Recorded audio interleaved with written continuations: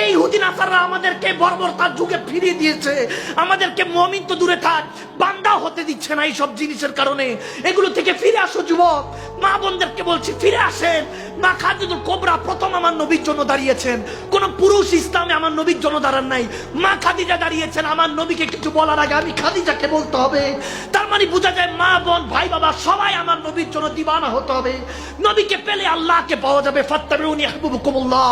মুআজ এবং মা যখন যাচ্ছে কাটতে কাটতে একজন আরেকজনকে পাহারা দিয়ে, ছোট ভাইকে বড় ভাই আলাদা করে পাহারা দিচ্ছে যে তুই পিছনে থাক, তুই পিছনে থাক, তোকে মেরে ফেলবে নয়তোবা।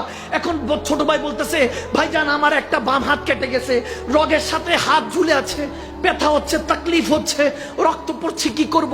বলে কি করবি? বলে আমি পা দিয়ে এভাবে ধরি, আপনি এক কোপ দিয়ে ফেলে দেন। তারপরে বড় ভাই কেটে ফেলে দিল। আরেক জায়গায় দেখা গিয়েছে বড় ভাইয়ের বাম হাত কেটে গেল, এখন একটাই বড় ভাইয়ের ডান হাতটা শুধু বাকি, আর ছোট ভাই দুই হাত শেষ, এক হাত বড় ভাইয়ের শেষ। এখন কি করবে? বলতেছে ওই যে দেখা যাচ্ছে আবু জাহেল। একজন সাহাবাকে জিজ্ঞেস করলো আবু জাহেল কোনটা? বলো ওটা। বলে তোমাদের এই অবস্থা কেন? তোমরা এখানে কি করছো? বলে আমার নবীকে যারা কষ্ট দেয় তাকে আমি জিন্দা থাকতে দিব না। তারা এভাবে বলে। কাছাকাছি গেল, ছোট ভাইয়ের কাঁধের মধ্যে চড়ে বড় ভাই উঠলো, তার প্রথম ঘোড়ার পায়ে মারলো, তারপর গর্দানে মারলো। এত বড় শক্তিশালী আবু জাহেল, দুজন সাহাবায়ে রাসূল ছোট ছোট বাচ্চাদের হাতে নিহত হলো, অবস্থা খারাপ হয়ে গেল। আব্দুল্লাহ ইবনে মাসউদ রাদিয়াল্লাহু তাআলা কান্না করতে করতে হাদিসটা বর্ণনা করছিলেন। বলে আমি যখন হাদিসটা বর্ণনা করছি তখন চোখ দিয়ে পানি পড়ছে, লেখাগুলি মুছে যাচ্ছে। তারপরে বলতেছে আমার নবীকে তো ওই বাচ্চাদের মতো ভালোবাসতে পারলাম না।